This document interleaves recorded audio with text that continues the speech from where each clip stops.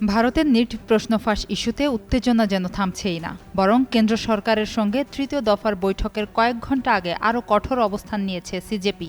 দলটি স্পষ্টভাবে জানিয়েছে, কেন্দ্রীয় শিক্ষামন্ত্রী ধর্মেন্দ্র প্রধানকে অপসারণ না করলে আর কোনো আলোচনারই অর্থ নেই। শনিবার সকালে সামাজিক যোগাযোগ মাধ্যম এক্সে সিজেপির জাতীয় মুখপাত্র আশুতোষ রাঙ্কা লিখেছেন, ধর্মেন্দ্র প্রধানের পদত্যাগের দাবিতে কোনো আপোষ হবে না। সরকার যদি এতে রাজি না হয় তাহলে আলোচনারও কোনো মানে নেই। এই বক্তব্যের মধ্য দিয়েই তৃতীয় দফার বৈঠকের আগে নিজেদের অবস্থান স্পষ্ট করে দিয়েছে আন্দোলনকারীরা। এর আগে শুক্রবার দিল্লির কনস্টিটিউশন ক্লাবে কেন্দ্রীয় মন্ত্রী জেপি নাড্ডা ও জিতেন্দ্র সিংয়ের সঙ্গে আন্দোলনকারীদের দ্বিতীয় দফার বৈঠক অনুষ্ঠিত হয়। প্রায় 2 ঘণ্টার সেই বৈঠকে আন্দোলনকারীদের দাবি, পরীক্ষা ব্যবস্থার সংস্কার এবং ভবিষ্যৎ করণীয় নিয়ে বিস্তারিত আলোচনা হয়। সরকার জানায়, দাবিগুলো নিয়ে অভ্যন্তরীণ পর্যালোচনা শেষে শনিবার আবার বৈঠকে বসে সিদ্ধান্ত জানানো হবে।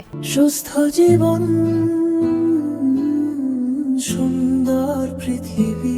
আন্দোলনকারীদের 3টি প্রধান দাবি হল শিক্ষামন্ত্রী ধর্মেন্দ্র প্রধানের পদত্যাগ, আন্দোলনে অংশ নেওয়া শিক্ষার্থীদের বিরুদ্ধে কোনো ধরনের আইনি ব্যবস্থা না নেওয়ার নিশ্চয়তা এবং নিট প্রশ্ন ফাঁসের পর আত্মহত্যা করা শিক্ষার্থীদের পরিবারকে 1 কোটি টাকা করে ক্ষতিপূরণ প্রদান।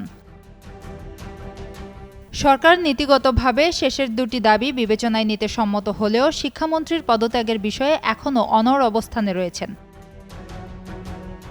সরকারি সূত্রের দাবি, ধর্মেন্দ্র প্রধানকে অপসারণের কোনো পরিকল্পনা নেই। সরকারের মতে, জনগণের দেয়া দায়িত্ব পালনে তারা শিক্ষামন্ত্রীর পাশেই থাকবে। এদিকে প্রশ্নফাঁস রোধে একাধিক পদক্ষেপের ঘোষণা দিয়েছে কেন্দ্র সরকার। প্রধানমন্ত্রী নরেন্দ্র মোদী প্রশ্নফাঁস সংক্রান্ত মামলা দ্রুত নিষ্পত্তির জন্য ফাস্ট ট্র্যাক আদালত গঠনের ঘোষণা দিয়েছেন। পাশাপাশি প্রশ্নফাঁস বিরোধী আইনে আরও কঠোর শাস্তি এবং বেশি জরিমানার বিধান যুক্ত করতে আইনি সংশোধনের উদ্যোগ নেওয়া হয়েছে। বদলি করা হয়েছে শিক্ষা সচিবকে, আর জাতীয় পরীক্ষা সংস্থা এনটিএর 47 কর্মকর্তাকে বরখাস্ত করা হয়েছে। এরই সাথে সরকার পুরো পরীক্ষা ব্যবস্থার সংস্কারের আশ্বাসও দিয়েছে। তবে এসব পদক্ষেপকে যথেষ্ট মনে করছে না সিজেপি।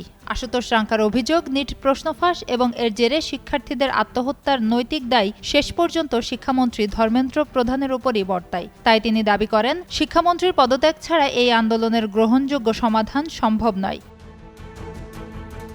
সুবর্ণা রহমান, যুগান্তর নিউজ।